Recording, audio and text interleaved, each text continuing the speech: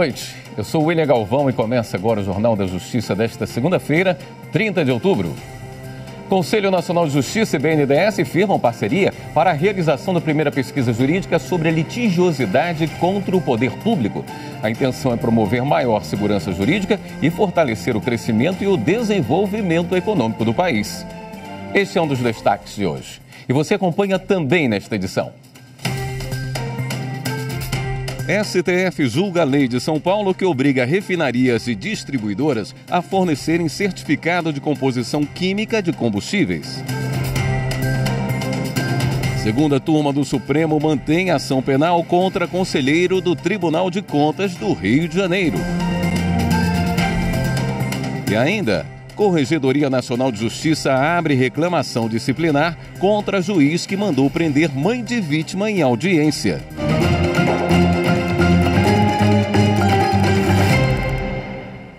O Conselho Nacional de Justiça fez acordo com o BNDES para a realização da primeira pesquisa jurídica sobre a litigiosidade contra o poder público. A assinatura ocorreu no lançamento do Fórum de Direito e Desenvolvimento do Banco no Rio de Janeiro. Repórter Janaína Toscan acompanhou. Participaram do lançamento representantes dos tribunais superiores, do Executivo e do Tribunal de Contas da União. O fórum é uma iniciativa do recém-criado Centro de Estudos Jurídicos do BNDES, que tem por missão promover o diálogo amplo de temas relevantes na área de desenvolvimento econômico do país. E será realizado pelo menos uma vez ao ano. O presidente do BNDES, Aloysio Mercadante, destacou que a segurança jurídica é fundamental para garantir esse direito. A democracia também é uma organização social que negocia e incorpora direitos. Isso é essencial, especialmente num país tão desigual, com tanta pobreza e exclusão social como é o Brasil. Por isso é muito importante nós debatemos essa relação direito e desenvolvimento, e aqui no caso específico do BNDES, buscando a segurança jurídica, buscando aprimorar a capacidade de investimento, de financiamento ao desenvolvimento do Brasil. No evento também foi firmado um acordo entre o BNDES e o Conselho Nacional de Justiça para a realização da primeira pesquisa jurídica sobre a litigiosidade contra o poder público. O objetivo é saber por que o Brasil é um dos países com os maiores números de ações contra o governo. O presidente do Supremo Tribunal Federal e do Conselho Nacional de Justiça, ministro Luiz Roberto Barroso, lembrou os custos desses processos. Só no plano federal, precatórios da ordem de 70 bilhões de reais. E, portanto, entender por que isso acontece, ver quais são as causas e enfrentá-las, porque esse é um dinheiro que o país não está investindo onde deveria investir. Só no Superior Tribunal de Justiça deram entrada este ano 460 mil processos para julgamento.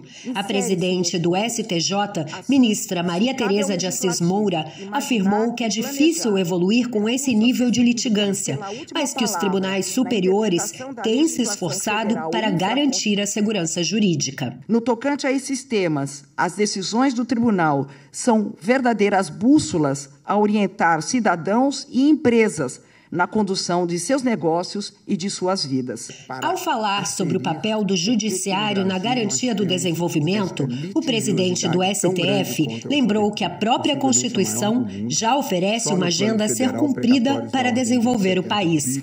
Essa agenda prevê 8 itens: combate à pobreza, retomada do crescimento, prioridade à educação básica, valorização da livre iniciativa e do trabalho, investimentos em ciência e tecnologia, saneamento básico e moradia, além da preservação do meio ambiente. Ninguém, não importa se é conservador, liberal ou progressista, pode ser contra esta agenda que é, no fundo, uma agenda patriótica, porque está na Constituição e, aliás, recupera o sentido melhor, eu diria, da palavra patriótico. O ministro aposentado do STF, Ricardo Lewandowski, também recebeu uma homenagem do BNDES como reconhecimento pelos serviços prestados ao país na defesa dos direitos fundamentais. No discurso, ele lembrou que o desenvolvimento também é um direito fundamental previsto na Constituição. Significa o combate à fome, a erradicação da pobreza, o combate à discriminação de gêneros E, pasmem, as senhoras e os senhores, é exatamente fomentar instituições sólidas que tenham a capacidade de distribuir justiça social.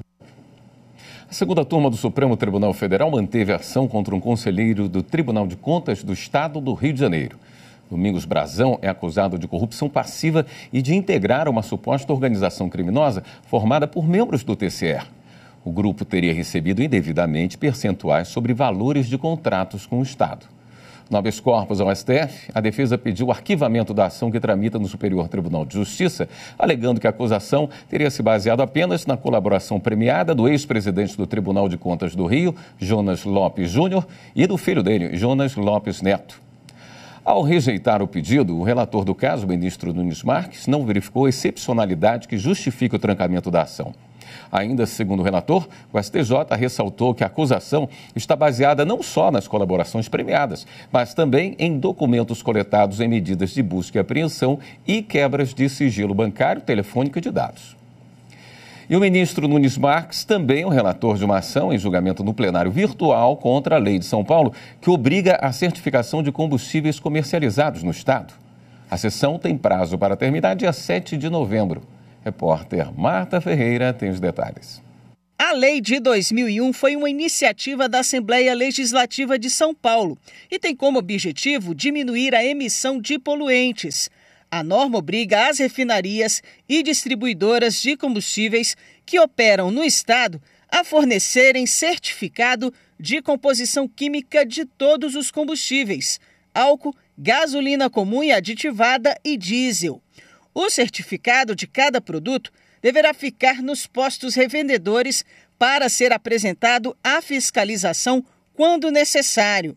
Ainda de acordo com a lei, esse certificado vai cumprir as regras determinadas pelo Conselho Regional de Química, obedecendo aos padrões internacionais de análise de combustíveis e atendendo aos padrões e normas da Agência Nacional do Petróleo.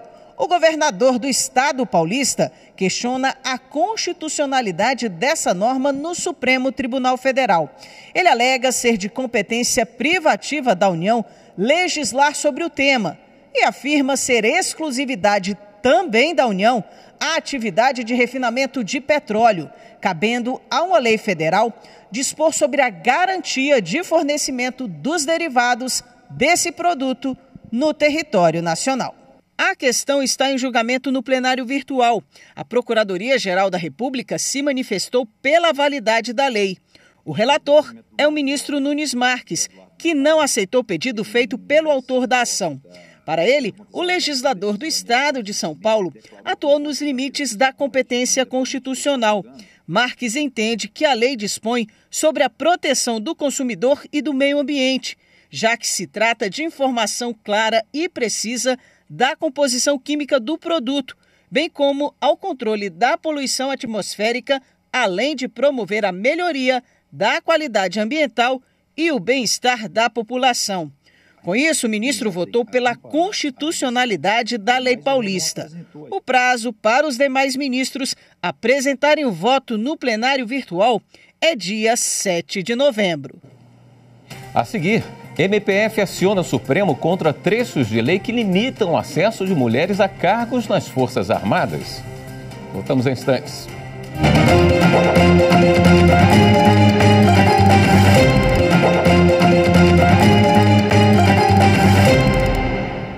O Ministério Público Federal entrou no Supremo com 3 ações contra trechos de leis que limitam o acesso de mulheres a alguns cargos no Exército, na Marinha e na Aeronáutica. Repórter Márcio Fontinelli. Na ação, o Ministério Público Federal pede que o acesso às Forças Armadas seja feito de acordo com a Constituição Federal, ou seja, garantindo igualdade entre homens e mulheres, com até 100% das vagas disponíveis nos concursos de recrutamento acessíveis às mulheres. Um dos exemplos citados pelo MPF foram os últimos editais da Escola Preparatória de Cadetes do Exército, que destinaram apenas 9,09% das vagas para as mulheres e 90,91% para homens que se candidataram. As ações diretas de inconstitucionalidade foram propostas no Supremo Tribunal Federal e levam em consideração trechos de leis que limitam o acesso das mulheres a alguns cargos no Exército, na Marinha e na Aeronáutica. A sexta turma do STJ decidiu que a inspeção de segurança de pessoas e bagagens não tem os requisitos da busca pessoal para fins penais. Repórter Rafael Porfírio. O entendimento foi adotado no julgamento de um caso em que agentes da Polícia Rodoviária Federal, em abordagem rotineira a ônibus interestadual, localizaram 30 quilos de maconha na bagagem de uma mulher e de um adolescente em uma rodovia de São Paulo. Em habeas corpus dirigida ao STJ, a defesa da mulher alegou que a prova encontrada seria ilícita, pois os policiais rodoviários não teriam comprovado fundada suspeita anterior que justificasse a busca pessoal. O habeas corpus foi parcialmente concedido pela sexta turma. Apesar de reconhecer a legitimidade da diligência policial, o colegiado aplicou uma causa de diminuição de pena e fixou a condenação da mulher em 2 anos e 5 meses de reclusão em regime inicial semiaberto.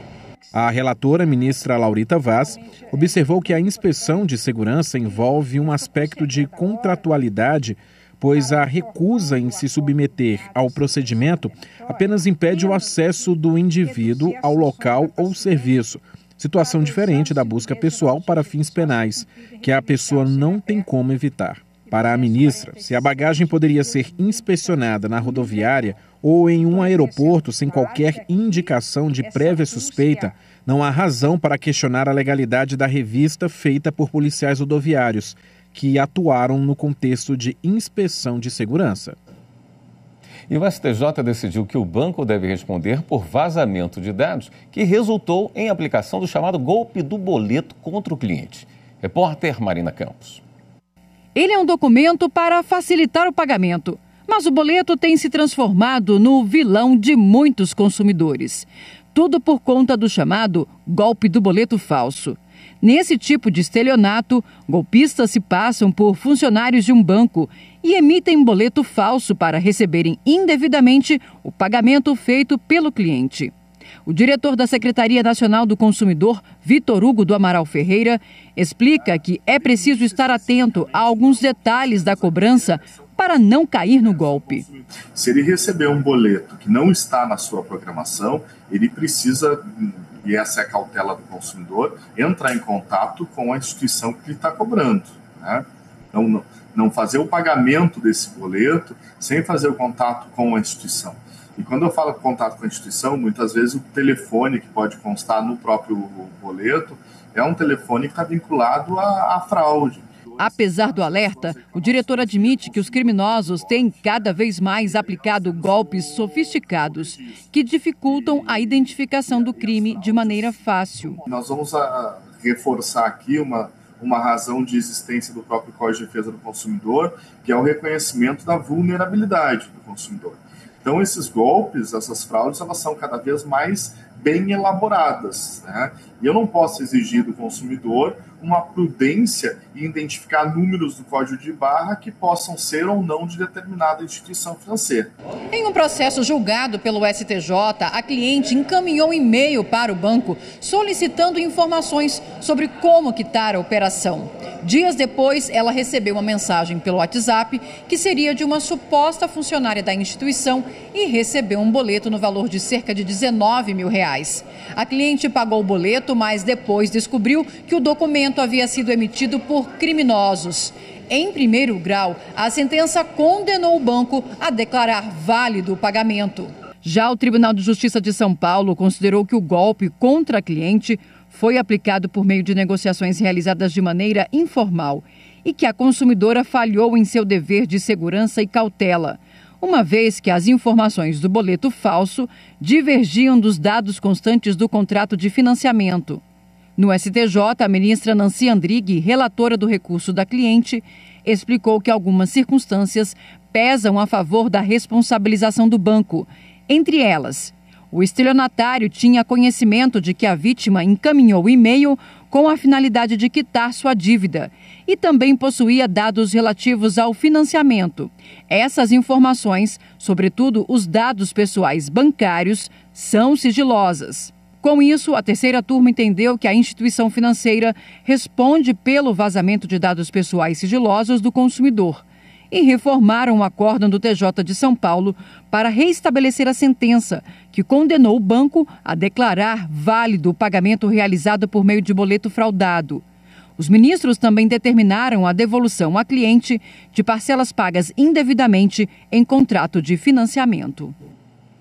Em duas decisões recentes, turmas do Tribunal Superior do Trabalho garantiram a redução de jornada a responsáveis por crianças com autismo. Os casos se referem à Empresa Brasileira de Serviços Hospitalares e se fundamentaram na interpretação sistemática da Constituição e das leis brasileiras e das convenções internacionais ratificadas pelo Brasil. A reportagem é de Anderson Conrado.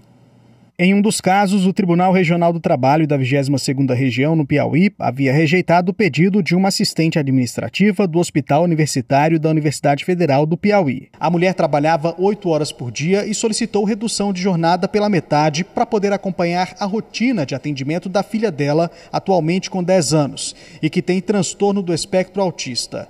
O tratamento envolve atendimentos com psicólogos, fonoaudiólogos, psicopedagogo e terapeuta ocupacional, além da obrigatoriedade de fazer atividade física. Para o TRT, embora o estado de saúde da menina exija atenção especial, não havia prova da necessidade de acompanhamento contínuo, que justificasse a redução da jornada. Segundo o TRT, o laudo médico registrou que o transtorno do espectro autista foi classificado como de nível 1, leve, em que a criança, ainda que não tenha um comportamento totalmente adequado para a idade, se comunica fluentemente e interage bem com as pessoas. Com isso, concluiu que o caso não tinha gravidade. A relatora do recurso de revista da assistente no TST, desembargadora Margarete Rodrigues da Costa, fundamentou seu voto na Constituição da República, no Estatuto da Criança e do Adolescente e na Convenção Internacional sobre os Direitos da Pessoa com Deficiência, que tem força normativa de emenda constitucional.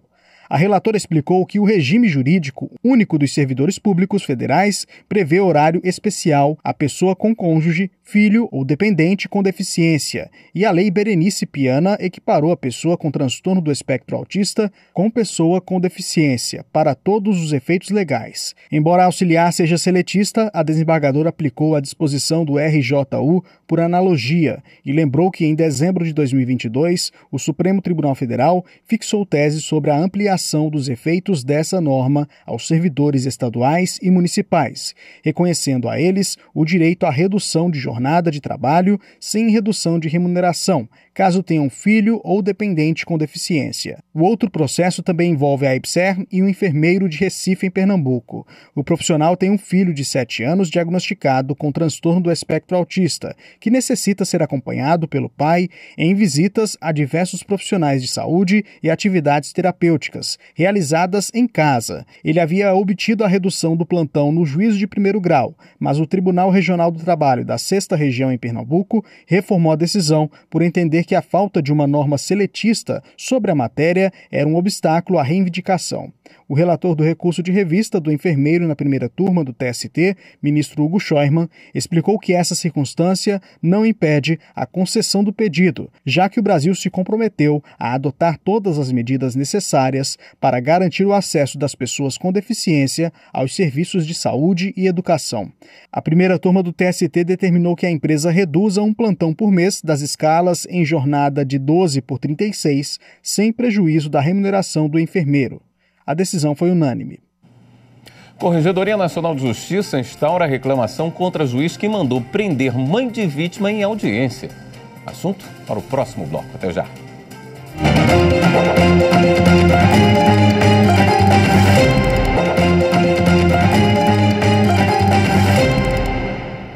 A Corregedoria Nacional de Justiça abriu reclamação disciplinar contra um juiz do Tribunal de Justiça de Mato Grosso.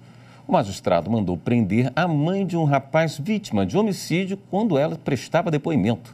Repórter Viviane Novaes tem as informações. O caso ganhou repercussão nas redes sociais e na imprensa. A mãe de um jovem assassinado a tiros participa desta audiência na 12ª Vara Criminal de Cuiabá, em Mato Grosso. A promotora de justiça pergunta se ela se sente confortável em prestar depoimento na frente do acusado. A mãe responde que não teria problema porque o réu não era ninguém para ela. O juiz Vladimir Perry começa a repreender a mulher. A promotora pede que a mãe possa falar. Meu Deus, doutor, eu não acredito que está acontecendo nessa audiência. A mãe da vítima está manifestando. É muito difícil controlar. O juiz se exalta e encerra a audiência. A mãe se levanta, joga um copo no chão e fala algo em direção ao réu.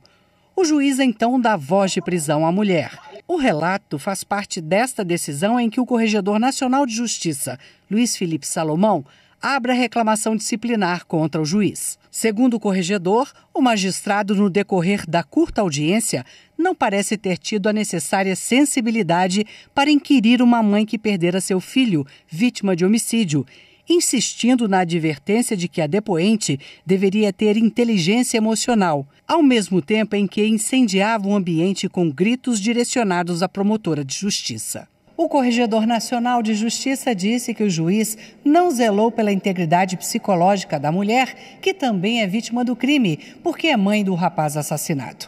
Luiz Felipe Salomão afirmou que a conduta do magistrado pode se enquadrar como violência institucional, violação ao dever de cortesia com os membros do Ministério Público e até mesmo misoginia com a promotora de justiça. A misoginia é o desprezo, o ódio ou o preconceito contra a mulher. O corregedor determinou a intimação da promotora de justiça para apresentar informações. Também estabeleceu que o Tribunal de Justiça de Mato Grosso intime o juiz Vladimir Perry para a defesa prévia a uma possível abertura de processo administrativo disciplinar no Conselho Nacional de Justiça. Os novos juízes de Mato Grosso conheceram técnicas e protocolos utilizados durante depoimentos especiais de crianças e adolescentes vítimas de violência. Confira na reportagem de Maritza Fonseca. Em Mato Grosso, os depoimentos de crianças e adolescentes vítimas de violência física, sexual ou psicológica são colhidos com cuidados especiais. Em uma sala reservada e acolhedora do Fórum de Cuiabá, uma psicóloga especializada em depoimento especial pelo Conselho Nacional de Justiça conduz a escuta humanizada. Na sala, a vítima pode ficar bem à vontade. Ela pode desenhar, pode brincar. A ideia é que ela faça um relato livre do que aconteceu, sem indução e sem pressão. E lá da sala de audiência, tudo é acompanhado em tempo real por uma câmera e microfone. E ali você vai conversar com a criança sem formalidades. Você, através dessa conversa que você vai fazendo com a criança, você já vai sentindo a criança, qual a fase do desenvolvimento dela, do desenvolvimento cognitivo, do desenvolvimento verbal. Então, a partir disso, você já vai avaliando. Então, você acolhe a criança, você brinca com a criança, até porque a criança ela precisa de uma proximidade com esse técnico, né? Para que na hora da revelação ela esteja um pouco mais à vontade. No COF, Curso Oficial de Formação Inicial, a juíza criminal do Poder Judiciário de Mato Grosso compartilhou com os novos magistrados e magistradas toda a experiência vivenciada. O módulo Depoimento Especial de Criança e Adolescente chamou a atenção e teve bastante interação e troca de conhecimentos. O que eu trouxe foram situações práticas da minha vivência, de 11 anos de magistratura, sempre associando como é que a teoria traz e como é que a prática a gente lida. Há situações inusitadas que a gente precisa preservar, por exemplo, o direito do acusado de participar daquele ato, mas preservar a integridade física, moral daquela suposta vítima. Então, a gente precisa buscar um ponto de partida que é a lei, mas o ponto de chegada que é a justiça. Certos de que vão conduzir audiências envolvendo casos de abusos e violência contra crianças e adolescentes, as juízas e juízes substitutos empossados no Judiciário Estadual tiraram dúvidas sobre as técnicas e protocolos utilizados durante o depoimento especial que envolve questões tão sensíveis. Em todo o país, existem mais de 50 salas de depoimentos especiais. Para esta magistrada, a temática exige preparo e a SMAGES acertou na escolha do conteúdo. Existe um protocolo, esse é um protocolo internacional, e ele precisa ser observado. Então o magistrado precisa estar muito atualizado quanto ao protocolo, até para garantir que este seja observado até para os demais profissionais que atuarão durante essa atuação do depoimento especial. Então, de fato, é algo que precisa estar muito bem solidificado para que o magistrado conduza com a segurança necessária um depoimento especial. Esta edição do Jornal da Justiça fica por aqui. Um bom início de semana para você. Até amanhã.